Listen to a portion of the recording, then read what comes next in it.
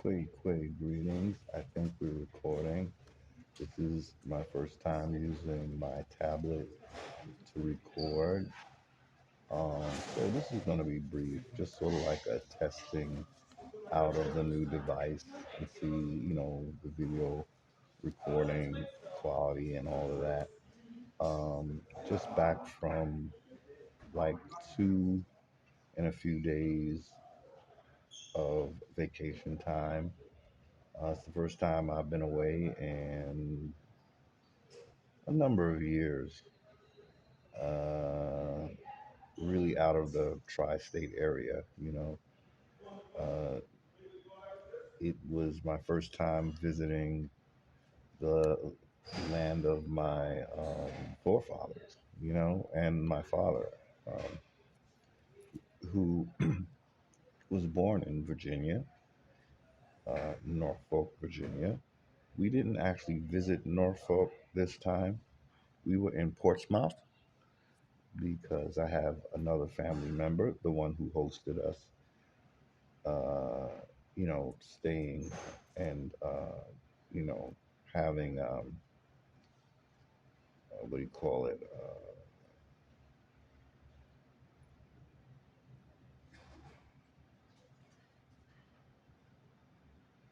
a place to stay at her home in Portsmouth, Virginia. So we stayed there. It was a very lovely visit. Um, we did go to North Carolina as well a few times. Actually, I think we went there, yeah, 3 times, because the first time we didn't quite make it to where, in time for what we were going to do. So we went there the following day. And so that's where I got to be in Elizabeth City. That is actually where my father's mother was born, and her mother and her mother's mother, all from North Carolina, Elizabeth City. So, doing the math with my oldest ancestor being North Carolinian, uh, and their parents, although I could not find their parents' record, their parents were born in North Carolina as well. Um, so they are all coming up as being basically Pascatonk Indians who resided in the Pascatonka area, um, as early as like 1830, is the oldest ancestor before Reconstruction. So those are my peeps. They were Algonquin speaking, and you know, it feels I can see the process uh, coming into view, and it would be the process of true sovereignty, not the federal sovereignty that all the Mongoloid Indians and the $5 Indian tribes have. They have that state of state recognition. So it makes it look like they're not federally recognized because they're recognized by the state, but the state is a little franchise. The version of the states that we go by today are just franchises of the federal corporation that sits in DC. They, again, they infiltrated the state system. The state system was originally for free persons who had won the Revolutionary War, or so they thought. And so the original states were for a short time uh, land soil jurisdiction and not sea jurisdiction. We say this all the time, but we will keep reminding listeners the organic state would be, for example, New York State, Pennsylvania State, Ohio State, Iowa State, Nebraska State, Washington State. You know, the franchise version of the state, which is in a C jurisdiction and under the laws of commerce, not law of the land, that would be state of Washington, state of Nebraska, state of Iowa, state of Ohio, state of Pennsylvania, state of New York. Those are the franchise versions of the state, of each state. And so if a franchise recognizes you as a tribe, you're still in the sea jurisdiction, swimming, doing the backstroke, doing the puppy paddle or whatever that thing is. You're swimming in the ocean. You're the little mermaid, okay? So once we establish the uh, land soil version of the state, and that recognizes your tribe, then you will be a sovereign tribe. Well, how does that work? Let's backtrack a little bit. Um,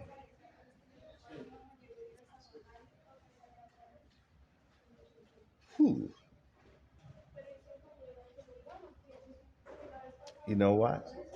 I gotta get back at you on that one because the Mongoloid Indians are technically not indigenous to this land. If you know, uh, their phenotype is not indigenous to this land. I don't know that they would share the same status as copper colored because they're not copper colored. You know what I'm saying? So I I don't know that they're they to be a true American Indian. You would have had to have been called colored, Negro, Black, or African American. You would have, and all of those would have to be applicable to you. So, in other words, if you are a Mongoloid Indian,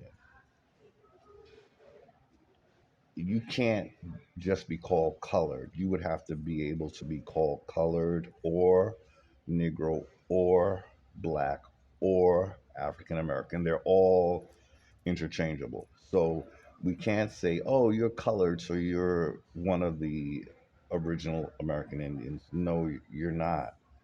You have to be able to wear all the misnomers, including Afro American, perhaps. Is that a it's semi misnomer? Yeah. So this is something that I think is bears us noting. A person of color claiming to be American Indian will have to fit all the misnomers that we were given. If you only fit the colored, you're not you're not the copper colors that were found here in 1492. So maybe, I'll leave it there for now. And the corporation is not trying to have any sovereigns. So they wouldn't want the Mongoloids to be, they don't want the American Indians to be sovereign. So it's not something that they wish for anyone to have. Okay.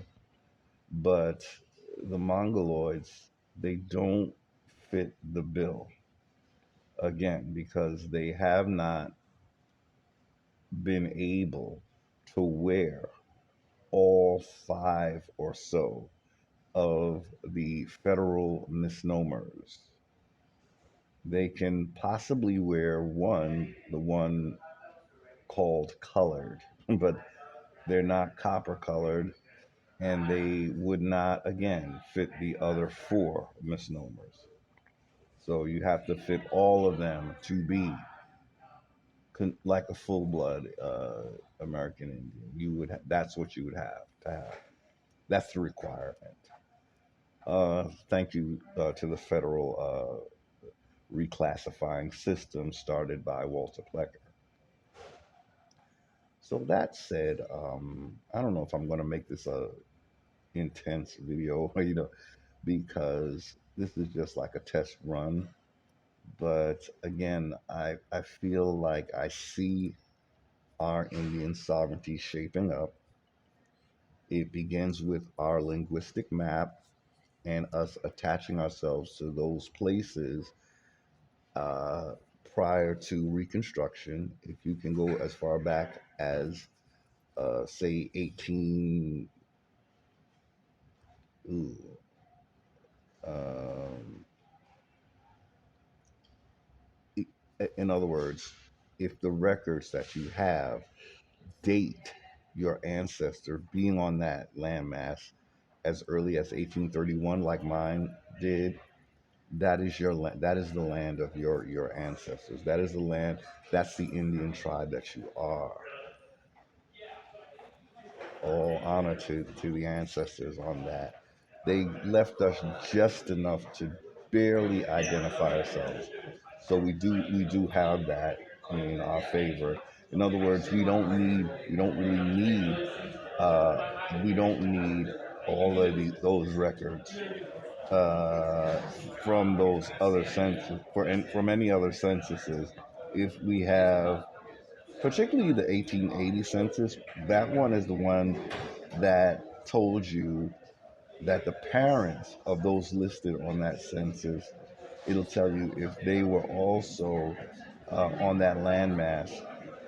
So you could add that you know that to your timeline basically.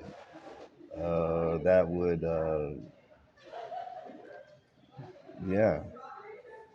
So maybe we can maybe try to do an example of that. Um,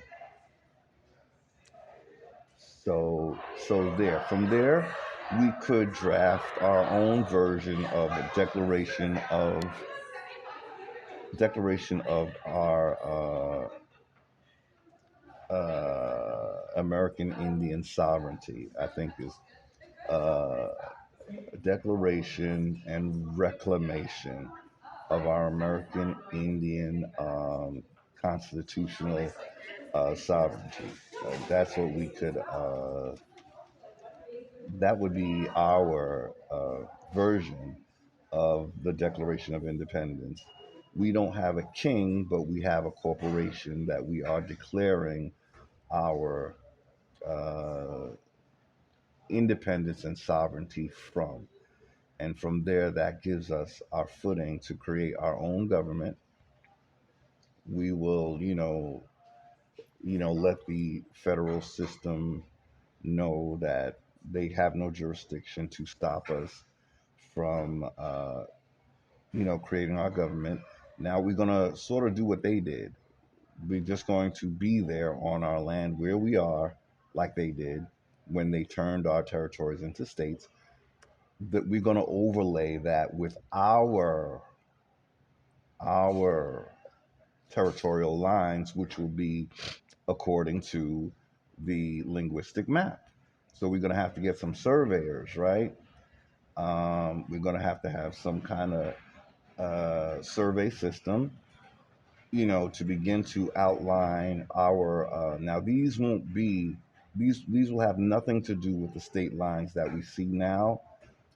That's for the federal people. That's for actually for the even for the state nationals. They need those state lines because they're in the federal system. Although they will be sovereign, they will be free persons, so they will no longer be United States citizens either. So what we do? is we get our surveyors, American Indian surveyors, to start surveying our land, and we will recreate our linguistic territories, and that will be what we go by. Now, the corporation will have nothing to do with that. They will not be able to tell us, "Oh no, you can't do that." We're going to figure out those lines, and then Indians are going to we're going to create a whole new jurisdiction based on the original tribal. We're not going to call it tribal. Tribe ties you into their system, and it calls a tributary uh, those who pay tribute to a colonizer. So they are the ones who apparently lavish the term tribes on us. We didn't go by tribes. Okay, okay, all right. What's up? Okay. So yeah. So we're gonna we don't want to use any of the wording. Uh, we could for a time put it in some kind of bracket saying tribe. We put it in a bracket. That means legally it doesn't. It's not on the paper. When we're gonna have to learn some of the legal trickery to when you put a word inside brackets, legally that word is not considered written on the paper. If I remember correctly, the legalese style of the style of writing. So that's what we'll do. I see it shaping up, guys. You know how long I've been uh, petitioning the ancestors to give me a pathway to sovereignty. Um, we will rescind all former contracts we had with the federal government, so we won't have to name each one of them. What we're going to do is simply say all prior federal connections through uh, uh, uh, non-disclosed and disclosed contracts are to be considered null and void by the American Indian.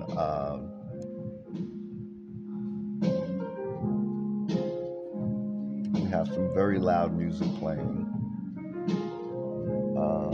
It's usually not this loud, but someone has decided to blast this music. So I still have my headphones, and I believe you can still hear me. So this is the rough breakdown of how we will uh, do our sovereignty in America. Now we need Indians to come together of these states, and we may need a separate internet from the federal internet, which is completely monitored. We will need our private, somewhat like what Dane Calloway has with the 13%, something that is not monitored. We don't need monitoring. We have a legal standing, a legal and lawful. See, it's one thing to have a legal standing. What American Indians will have is legal and lawful standing, meaning across the board we're legitimate. So that is the basic roadmap to our sovereignty. It's not through a corporation. Again, a corporation, by definition, by nature, is categorically a sea jurisdiction. So we can't find sovereignty in a corporation, no matter how much we try. So this is the rough layout that I've just given you, and let's just talk about it some more. Let's maybe even try some wording. Maybe one video I will try to type out, some wording of how we could tweak it for each linguistic group of Indians. Because we've been so separated, we might not use our, tribal name, what we knew as tribe names. We might have to go strictly by our linguistic name. So that will simplify it, and it creates the lines of our territory, and that would be a larger territory because we're going by linguistic. You're going to need Algonkins to come out of hiding, and I'm not talking about Mongolian Algonkins. We're going to need you to be copper colored and as close to 100% full blood American Indian as you possibly can be. Remember, the Mongoloid Indians, they are in a different jurisdiction than us. Um, and so what they have, all I know is that they don't meet the criteria of being able to be called black, colored, and Negro, and black, and African American, just, besides being colored, okay? So, uh, this is it. This is how it's gonna look, y'all. So let's focus on that. Anyone who gets something from it, please build on this. Tell me, whatever I left out, let me know, or do your version. But remember, none of this is going to be a corporate. We're going to rename, we're going to have our own word for corporation. That is not a corporation. We don't need a dead entity. We don't do dead. We are nature based. So what we can do business in a nature living capacity. Okay, so we have to look at that. We're gonna call it trade, barter and trade. Uh, that's what ours will most likely be. So I'm gonna leave it there for now and say thank you for watching. It it fills me with undescribable joy to have this basic layout that the ancestors have provided. Uh, Please, again, feel free to embellish on that basic framework, and let's talk about it some more. Um, I still think we could learn a lot from the state nationals. So if I find videos where Anna is really speaking stuff that we need to hear, I will try to link those. I will try. So thank you again. Uh, I wish you a wonderful day or evening.